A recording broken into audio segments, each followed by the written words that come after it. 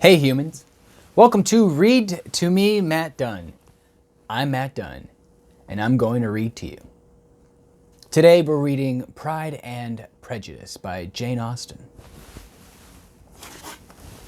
It's getting pretty good, pretty dank.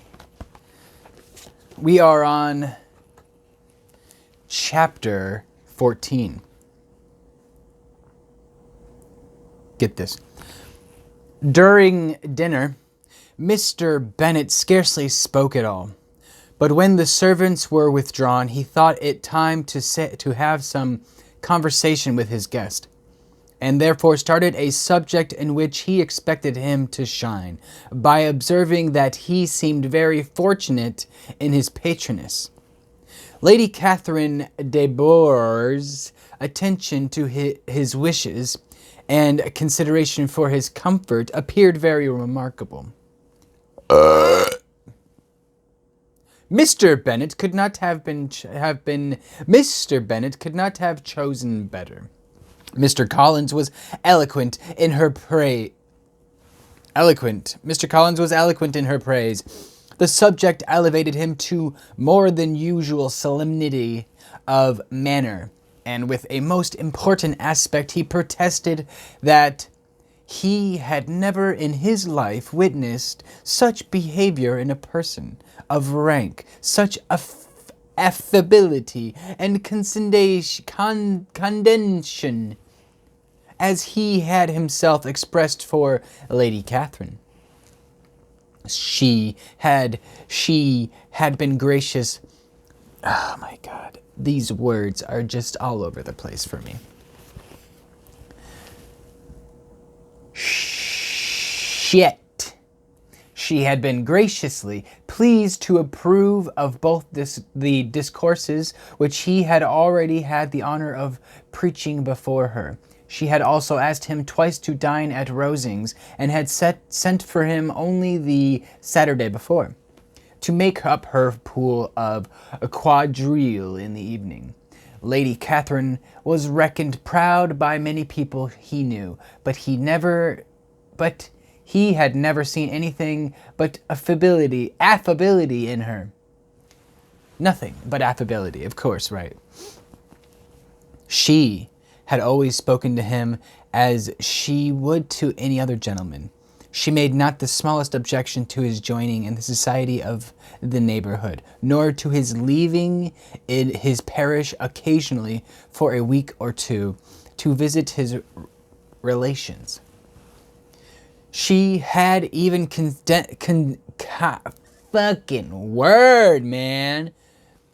She had even condescended to advise him to marry as soon as he could, provided he chose with discretion, and had once paid him a visit in his humble parsonage, where she had perfectly approved all the alterations he had been making, and had even vouchsafed to suggest some herself. Some shelves in the closet upstairs. Like, I guess that's for example. That is all very proper and civil, I am sure, said Mrs. Bennet, and I dare say she is a very agreeable woman. It is a pity that great ladies in general are not more like her. Does she live near you, sir? The garden in which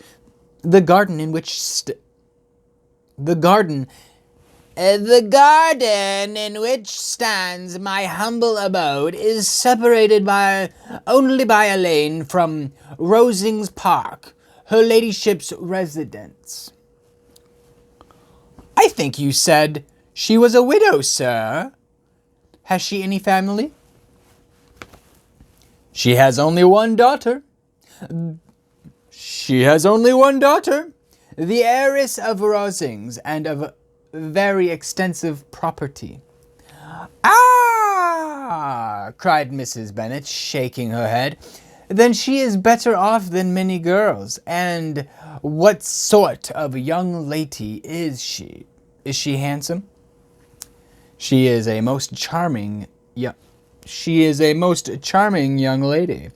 Lady Catherine herself said that, in point of true beauty, Miss de Bourgh is far superior to the handsomest of her sex, because there is that in her feature which marks the young woman of distinguished birth. She is unfortunately of a sickly constitution, which has prevented her making that progress in many accomplishments which she could not otherwise have failed us, as I am informed by the lady who superintended her education and who still resides with them. But she is perfectly amiable, and often condescends to drive by my humble abode in her little phaeton and ponies. Has she been presented? I do not remember her name among the ladies at court. Presented. Her indifferent state of health unhappily prevents her being in town, and by that means, as I told Lady Catherine myself one day, has deprived the British court of its brightest ornament. Her ladyship seemed pleased with the idea, and you may imagine that I am happy on every occasion to offer those little delicate compliments which are always acceptable to ladies. I have more than once observed to Lady Catherine that her charming daughter seemed born to be a duchess, and that the most elevated rank, instead of giving her consequence, would be adorned by her. These are the kind of little things which please her ladyship, and it is sort of attention which I conceive myself peculiarly bound to pay. You judge very properly, said Mr. Bennet, and it is happy for you that you possess the talent of flattery with delicacy. May I ask whether these pleasing attentions proceed from the impulse of the moment, or are the results of previous study? Oh, they arise chiefly from what is passing at the time, and though I sometimes amuse myself with suggesting and arranging such little elegant compliments as may be adapted to ordinary occasions, I always wish to give them as unstudied an air as possible. Mr. Bennet's expectations were fully answered. His cousin was as absurd as he had hoped, and he listened to him with the keenest enjoyment, maintaining at the same time the most resolute composure of countenance, and, except in the occasional glance at Elizabeth, requiring no partner in his pleasure. They're both just like mocking this guy. By tea time, however, the dose had been enough, and Mr. Bennet was glad to take his guest into the drawing room again, and when tea was over, glad to invite him to read aloud to the ladies. Mr. Collins readily assented, and a book was produced.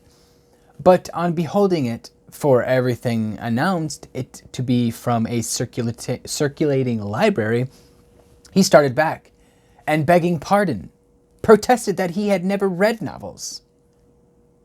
Kitty stared at him, and Lydia exclaimed. Other books were produced, and after some deliberation he chose Fortis's Sermons. Lydia gaped as he opened the volume, and before he had, with very monotonous solemnity, read 3 pages, she interrupted him with, "Do you know, Mamma, that my Uncle Phillips talks of turning away Richard? And if he does, Colonel Forster will hire him? My aunt told me so herself on Saturday. I shall walk to Meryton tomorrow to hear more about it, and to ask when Mr. Denny comes back from town." Lydia was bid by her two eldest sisters to hold her tongue, but Mr. Collins, much offended, laid aside the book and said, I have often observed how little young ladies are interested by books of a serious stamp, though written solely for their benefits. It amazes me, I confess. For certainly there can be nothing so advantageous to them as instruction. But I will no longer importune my young cousin. Then, turning to Mr. Bennet, he offered himself as an antagonist to backgammon. Mr. Bennet accepted the challenge, observing that he acted very wisely in leaving the girls to their own trifling amusements.